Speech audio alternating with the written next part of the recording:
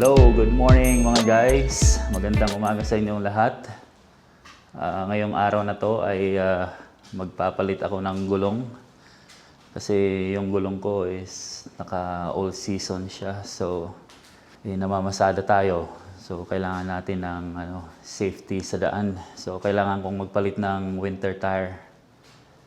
Kaso, ang problema, butas yung aking isang winter tire. So, ang ginawa ko, nagpunta ako sa Cal Tire. Nag-order ako ng 2 gulong na bago. Kasi itong gulong na to, wala na silang stock. Out of stock na sila. Kaya siguro hindi na nila kinontinue yan kasi pangit ang quality ng gulong na to. Mumurahin lang kasi. Kaya binili ko kasi mura. Although brand new naman siya nung binili ko, kaso nga lang every time na madadaan ako sa lubak, madali siyang sumabog guys. Itong gulong na to, itong Rod X.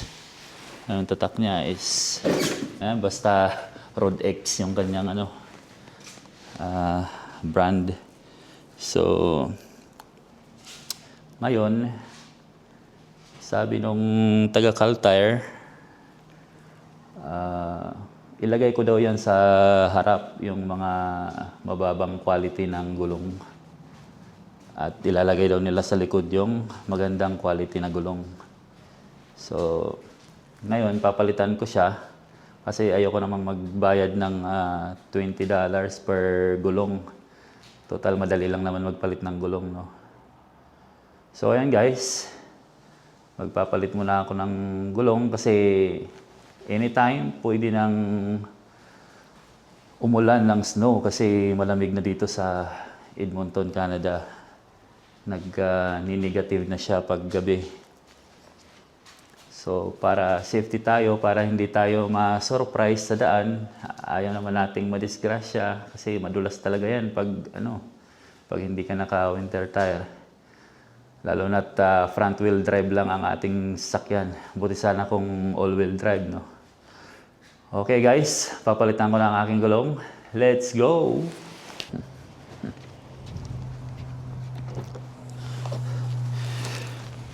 Kukunin ko lang muna itong mga gamit ko. Dito yung mga gamit ko sa likod ng sasakyan eh. Dito siya guys, nakalagay sa bag. Yung aking jack. Yan, may jack, may vacuum, may wipes, may jacket. Just in case, itong aking pangkalso. Ito naman ang aking jack. Ayan guys.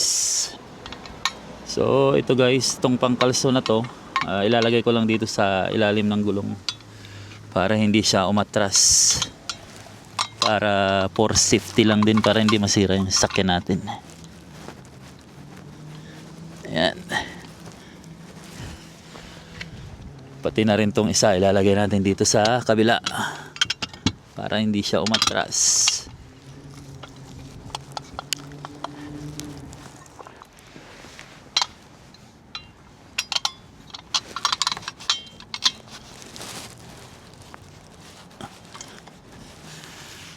So ayan guys, nakalagay na. Papalitan na natin ang ating gulong sa harap. Umpisahan ko na magpalit ng gulong. So ngayon guys, ilalagay ko muna tong jack dito sa ilalim. Pero hindi ko muna siya iaangat. I-ready ko lang siya doon para mamaya iangat na natin pagka tatanggalin na natin yung gulong. So ayan guys, nakalagay na yung jack natin. Yun naman, tatanggalin natin yung mga bolt dito.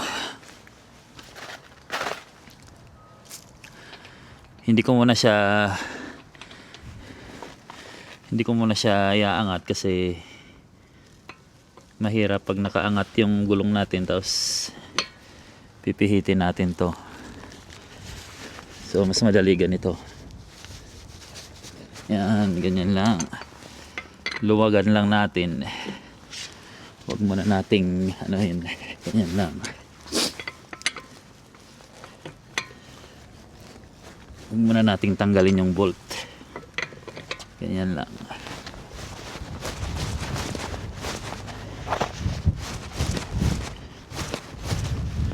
Mahirap tong isa. Yun.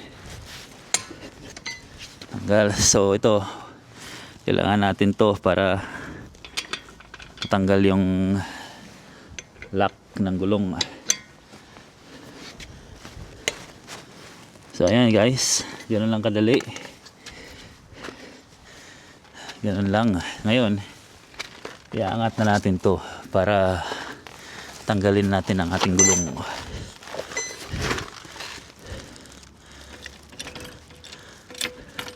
Dahan-dahan lang tayo para baka dumulas yung jack natin, sisira yung sakyan natin. So dahan-dahan lang pag pagbomba ng jack.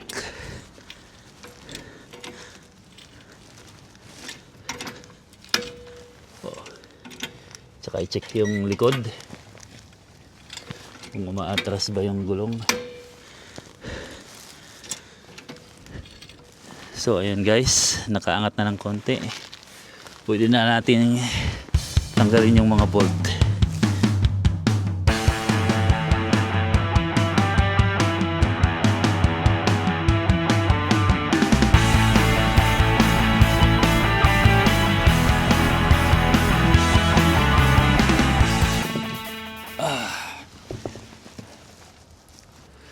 So ayan guys, natanggal ko na yung isa kong gulong. Ayan.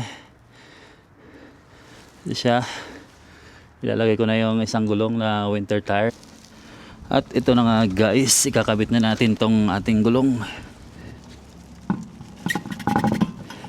Ayun guys. Okay na. Lagay ko na tong mga bolt na to.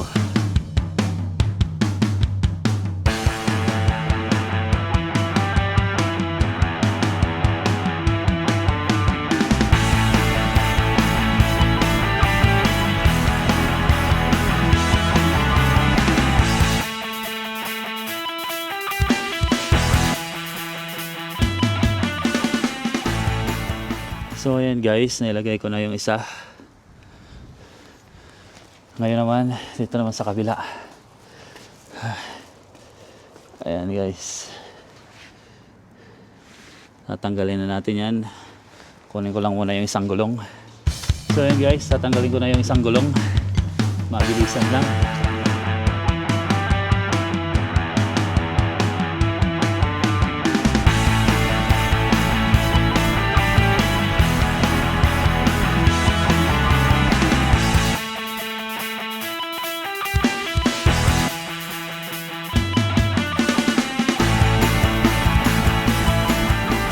So ayan guys, tapos na. Napalitan ko na yung dalawa. O ayan guys.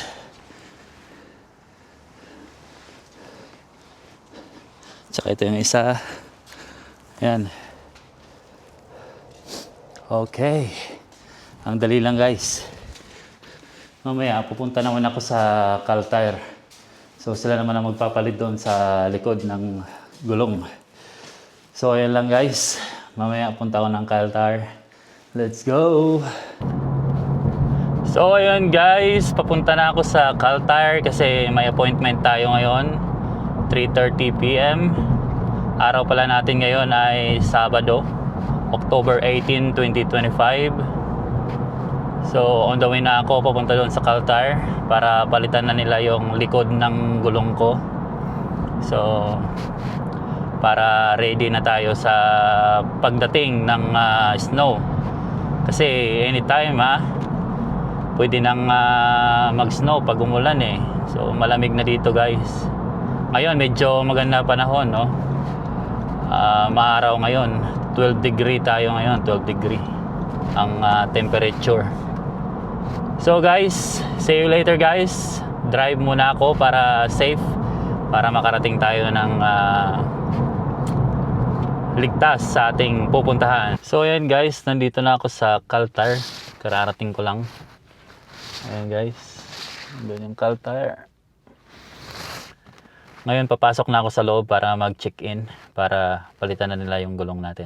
Okay guys, na check-in ko na yung sakyan. So antayin ko muna yung text nila bago ko bumalik dyan para kunin yung sakyan. So punta muna ako sa Tim Hortons para magkape. Doon ako mag-iintay. So ayan guys, nandito muna ako sa Tim Hortons. Dito muna ako maghihintay. Higop-higop muna ng kape. Sarap talaga ng kape ng Tim Hortons guys. So ayan guys, naubos na yung kape ko. Hindi pa rin sila tumawag. So balik na lang ako doon sa Caltire. Doon na lang ako maghantay kasi palubat na rin yung cellphone ko. Baka tumawag sila, hindi ko masagot kasi lubat na. So doon na lang ako mag-aantay guys. Okay, let's go. So ayan guys, ito na yung ating bagong gulong sa likod. Nailagay na, pati dito sa likod. Ayan guys. Okay na yung gulong natin. Check natin yung mga gulong natin kung naibalik. Ayan guys, nandun pa yung isa.